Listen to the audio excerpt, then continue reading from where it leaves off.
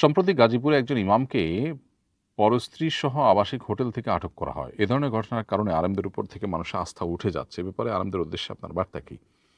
আ সন্দেহাতীতভাবে খুবই দুঃখজনক এবং দুর্ভাগ্যজনক এই সমস্ত ঘটনাগুলো আমাদের দেশে ঘটে।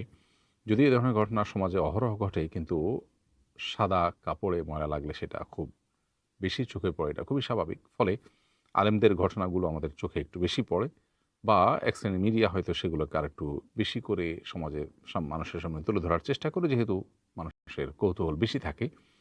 কারণ ৳১০ নোটের নকল হয় না, ৫০০ বা ৳১,০০০ নোটের নকল হয়।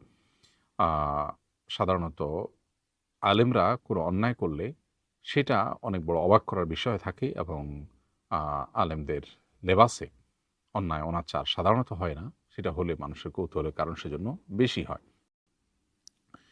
এক্ষেত্রে আমি আলেমদেরকে বলব যে তারা যেন সত্যিকারের আল্লাভীরু মানুষ হওয়ার চেষ্টা করেন। মাদ্রাসাগুলো থেকে গতানুগতিক পুঁথিগত বিদ্যা শেখার উপরে শুধুমাত্র সীমাবদ্ধ না থেকে তারা যেন পরিপূর্ণ দিনটা কোনো নেককার মানুষের সোহবত এবং সাহচর্যে থেকে অর্জন করেন। সেই সাথে তারা যেই দিনের দাওয়াত মানুষকে দিচ্ছেন, সেদিন যদি নিজেরা পালন না করেন, তাহলে সন্দেহাতীতভাবে সেটা আলেমদের আস্থাকে তলানিতে নিবে। কোনো আলেমের ব্যক্তিগত কোনো ভুল বা কাজের জন্য তিনি যদি গোটা আলেম সমাজকে অপরাধীর কাঠগড়ায়, আসামির কাঠগড়ায় দাঁড় করান, তাহলে এটার ভয়াবহতা কত বেশি সেটা বোঝার জন্য পণ্ডিত হওয়ার প্রয়োজন নেই। তো আল্লাহর ভয়ে এবং সেই সাথে আল্লাহর কাছে জবাবদিহিতা এবং দায়ের ভয়ে আলেমদের উচিত প্রত্যেকটা কাজের আগে ১০ বার চিন্তা করা। বিশেষ করে অন্যায় অনাচার কিছু আছে একান্ত ব্যক্তিগত গুনাহের ব্যাপার, আবার কিছু আছে যেগুলোর সাথে গোটা আলেম সমাজের ইমেজ জড়িত। তো সে ধরনের কর্মকাণ্ড যদি কোনো আলেম করেন, বা তথাকথিত কোনো হুজুর, তথাকথিত কোনো আলেম করেন, তাহলে সেক্ষেত্রে আ তিনি গোটা আলেম সমাজকে কলঙ্কিত করা এবং মানুষের আস্থা কমার ফলে মানুষ যে ক্ষতিগ্রস্ত হবে, দিন ক্ষতিগ্রস্ত হবে, তার পুরো দায় কিন্তু তার ঘাড়ে কম বেশি বর্তাবে আনুপাতিক হারে।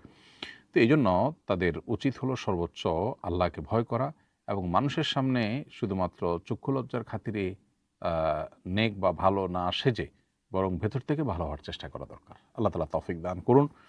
এবং আ আলেমদের বিচ্ছিন্ন কোনো ঘটনাকে খুব ফলাও করে প্রকাশ করে উলামা একরামের ভাবমূর্তিকে নষ্ট করবার অপচেষ্টাটাও আমাদের মাথায় রাখা দরকার।